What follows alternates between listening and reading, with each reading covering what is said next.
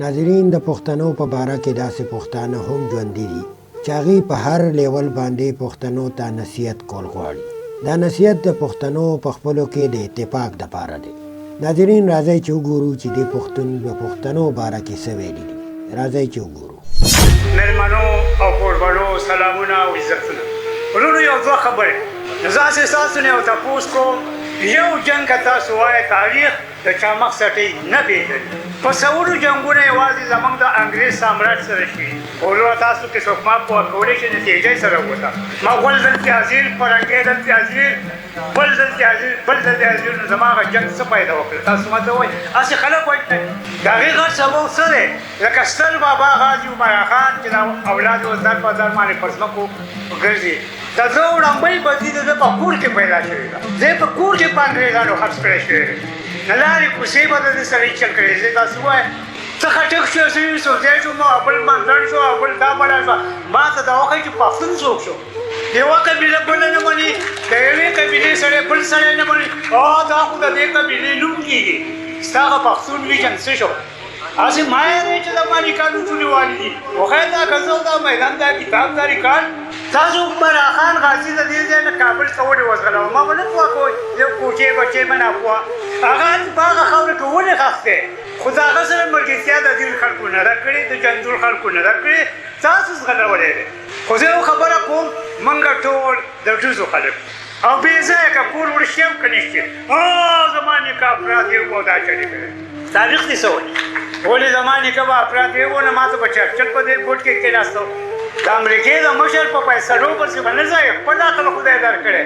او په ما د سپینو تورو شړق دی، په ما د سپینو تورو شړق دی. او اشنا مونټي دیوال له راشي وخاندي نه. تا خو تاریخ وران کو، تا خو کلتور وران کو، تا خو هغه جغرافیه په خلکو خرڅه کړه. هغه هلکان او سړي په کور کې ناست وو. هغه زامنو پلار ته بابا وې لښکر راغی.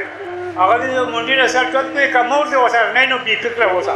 خو څه په ورغالي کې سورې وکړې، څه په نغري کې ګډوډ شي، څه مې په کوڅه کې اول ووهي. نو مغول مې مړه وپرځي، انګرېز مې مړه وپرځي، ناټو مې مړه وپرځي.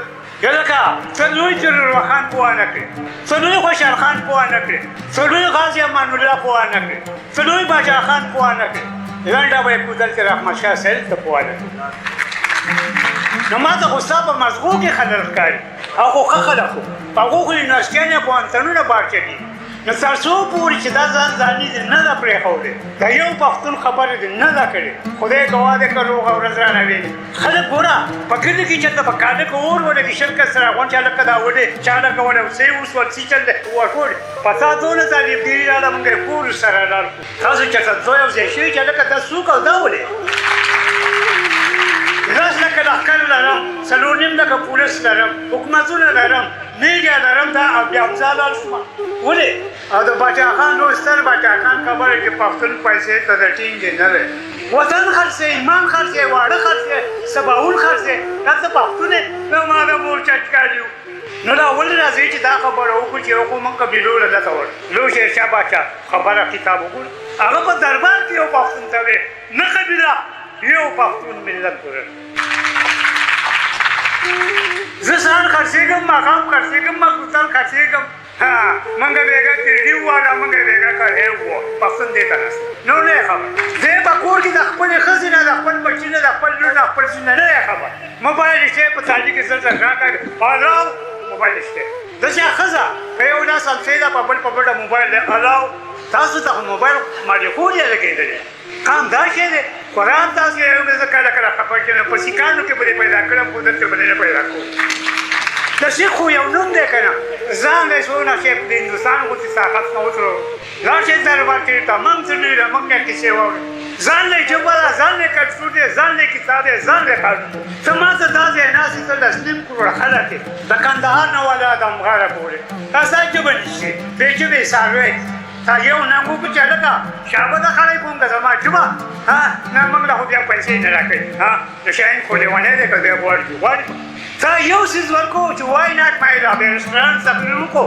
ستا دوست رسول الله قانوني نقصه ولې ورنکړی شو په عدالت کې زه خو ټولې فیصلې په خپل زور دستور کړو زما مشران دا څنګه جوړ کړی و چې یو سړي ته ووایه ښه دا قرآن په سر کړه په دې پټي کې دا شی به ستا شی زما د دې نه ښه عدالت شی تاسو په هغه سخت کېښود اوس نه په سل کال کې فیصلې کې د غازي عمر خان نه قد نه جوړ شوی نه دی پولیس شی نه دی پټی شی خیرات ته کې نه وړې تا نیکه تورې وهلې نیکه یې تورې وهلې نو ده نه خیرات یې جوړ نو زما مطلب دا دی چې موږ غروره ځوانیم زره کاله په ښکاره تاریخ کې تورې ووهلې لوړ مو ووهو وینه مو توی کړه کورونه مې وران شو جایدادونه مو سرکاري شو نتیجه به ماته ښایي نتیجه موږ سره نه بندوبستي نه سازو سامان الله اکبر ته دې وړاندې په بوجۍ کې راوړو نو هسې یو خبره کو انصاف غواړو زه چې انصاف غواړم هغې ته بغاوت وایي چې لاول د کور غل معلوم چې غلو نه معلوم کړی خدای لپاره پردي قام ته پردي طاقت ته پښتون مه وهئ ته به لاول ما ته ځان پوښتن کې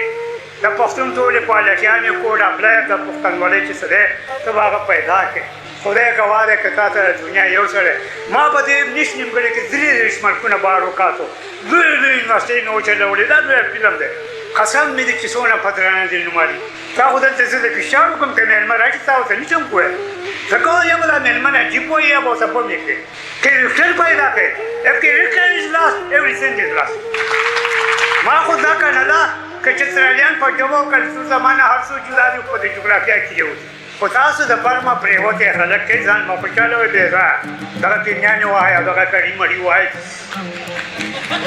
وای اول د باغ مالیاره زوما اول د باغ مالیاره زوما اوس د شپږونو خوا کې ټکټ وړوما